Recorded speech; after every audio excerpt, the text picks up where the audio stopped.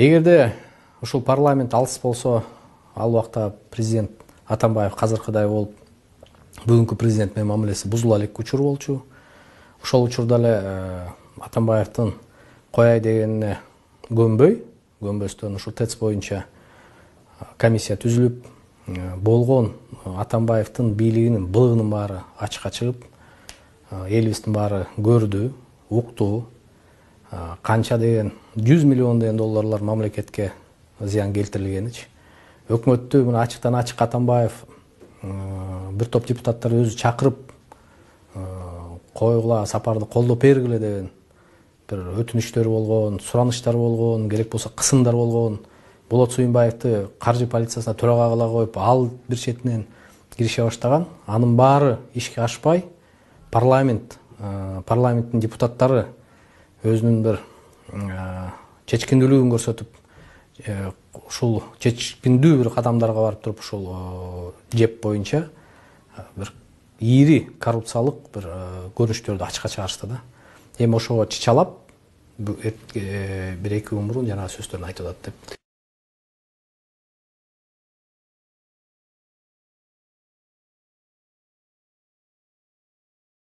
Атамбаевдин артынан ээчий турган калың эл да жок. Анткени Атамбаевдин ким экенин элге белгилүү болуп калды. Канча деген долбоорлордон, ийри долбоорлордон канча деген акчаларды жегенин, канча деген мыйзамсыз иштерди жасагандарын баары четинен ачыкка чыгып атат. Демек, ал жанагы уурдаган, арам жол менен тапкан акчаларын тараткан күнү дагы эл бүгүнкү күндө акты карадан ажыратууну өзү билип калды. Ошол себептен мына азыр көрдүк, 5000 киши чогултам деген, анан 3000 киши чогултам деген, мына канча киши чогултканын, кандай жол менен алар келгендиги, дагы канча деген күчтөр, мына бүгүнкү күндө биз кармап турабыз. Мисалы айтып атабыз, ой, сабырла, мамлекетте тартип бузбагыла деп. Же болсо, ушунча кыргыздын ырыскысын жеген адамдар эмне жоопкерчиликке тартылбайт деп бизге эле талап коюп атат, мисалы.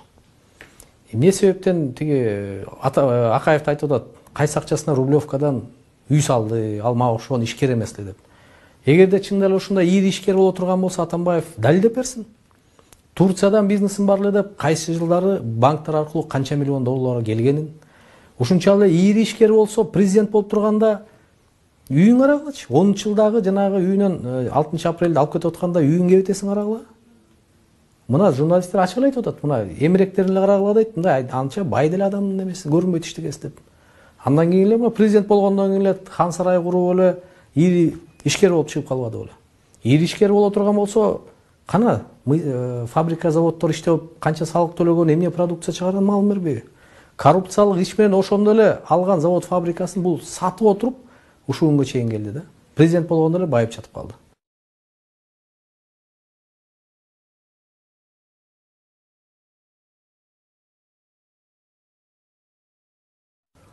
Эгерде мына азыр 10 деген жогорку кызматты ээлеген адамдар бүгүнкү күндө тергөө иштери жүргүзүп атат, үстүнөн кээ биркилердин иштери сотко ашырылды. Ошолор көрсөтмөлөрүн берсе, тергөө амалдары менен дагы Атамбаевдин ушул иштерге тиешеси бар экендиктери толук такталса, албетте жоопкерчиликке тартылыш керек. Эмне себептен бир тоок, бир кой урдагандар жоопкерчиликке тартылат дагы. Ал эми мамлекетти 5-6 жылдын ичинде 2,5 миллиард АКШ долларын ашык карызга батырган, анын ичинен жок эле дегенде бир 500 миллион урдап алган адам камалбаш керек. Сөзсүз түрдө. Ал коррупциялык иш эле эмес. Мыйзамсыз адамды эркинен ажыратсаң, тергөөчү эле 5-6 жылга эркинен ажыратылыш керек. Мынаны Талант мырза жакшы билет, мурунку прокурор кызматкери. Тергөөчү. Ал эми президент башы менен өзү мына тиги Акаевди күнөөлөп атпайбы? Аксы окуясында дейт. Премьер-министр же болсо ошол ички иштер министрлиги президенттин буйругу жок, чыгара албайт эле эл тарапка дейт. Өзүм ойноп атат. Атамбаевдин буйругусуз бир дагы оппозициялык көз караштагы адамга иш козголгон эмес да. Жалаң карап көрсөңөр, камалгандар, иш козголгондор баардыгы Атамбаевка сын пикир айткандар.